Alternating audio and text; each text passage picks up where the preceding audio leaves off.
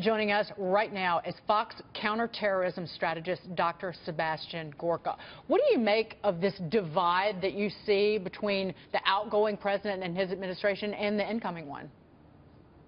I'm not interested really, Dagan, in the divide between the two administrations. Look, one of them is a Republican one and one of them is a Democrat administration, so that's just natural. I'm interested in the divide between reality and spin. That's the real story here. So, number one, there was no cyber hack from Russia that is demonstrable linked to the Kremlin. A cyber hack is when somebody goes into a system, steals proprietary information or national security secrets, or damages the system. What we have is WikiLeaks releasing the real emails of John Podesta, okay? Not falsified ones, real ones, when that man's password was the word password. That's not a hack. That's what a 10-year-old can do in 3 minutes. On the other hand, we have the official report that I've read, the unclassified FBI DHS report, on 2 instances, back in spring of 14 and summer of 15, where the DNC was entered by somebody using code that's linked to either the Ukraine or Russia. That is not a smoking gun. That could be somebody in the Ukraine, somebody in Russia, could be somebody that's borrowing code that's been used somewhere else. We need to get to the bottom of this, but not talk about it as an election hack, because that is not what happened, Dagan. Right, but you do have Donald Trump tweeting and referencing Julian Assange, who is no supporter of the United States. That's safe to say.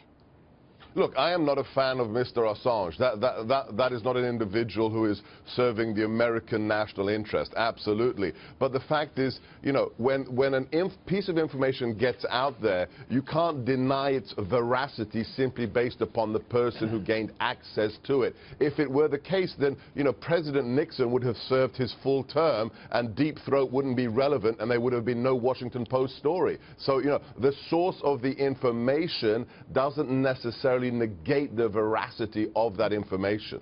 So, Dr. Gorka, one of my questions is, I mean, there's no question that cybersecurity is a threat to us, and there's no question that Russia is playing in that. And I think that the Democrats are making a mistake right now in making it just about the election. What do you think is the broader issue on cybersecurity? Well, the broader issue is that we're having our lunch eaten every day by the cyber warriors, and it's not about Russia. Russia's really good at this, but Russia's even better at propaganda and disinformation. You look at the RT television station, that's probably more dangerous than any cyber hack in terms of distorting reality. The real threat from cyber, in my opinion, is China. I mean, China has literally tens of thousands of people in uniform working for the Chinese army as cyber warriors, and every day they're attacking us literally tens of thousands of times every hour. So cyber is a key issue, and if you look at who the president is choosing, President-elect Trump is choosing for his National Security Council, they understand this very, very clearly. Dr. Gorka, I wonder, a quick question. You have intelligence, defense, and the political activity and the business side all having been kind of uncoordinated and going after terror. What would be your message to Trump now to really go after and face this squarely? Very simply, just the conclusion of my book, Defeating Jihad. Number one, get political correctness out of the threat assessment. We've had 8 years of distortion and censorship, 60 CENTCOM analysts complaining that their ISIS analysis was being censored by the White House.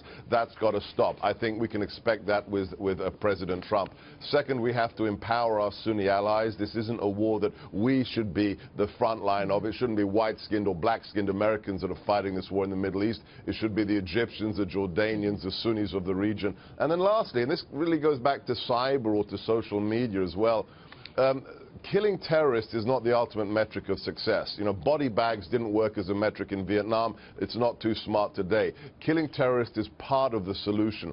The ultimate victory comes when the concept of jihad is no longer sexy. So we have to have a large-scale counter-propaganda campaign to delegitimize the ideology of jihad, just as President Reagan delegitimized the ideology of communism. Those 3 things together, and we've won this war. Dr. Gorka, always great to see you. Thank you so much, sir, for being here this morning. Happy New Year. Thank you. Happy New Year, Dr. Sebastian Gorka.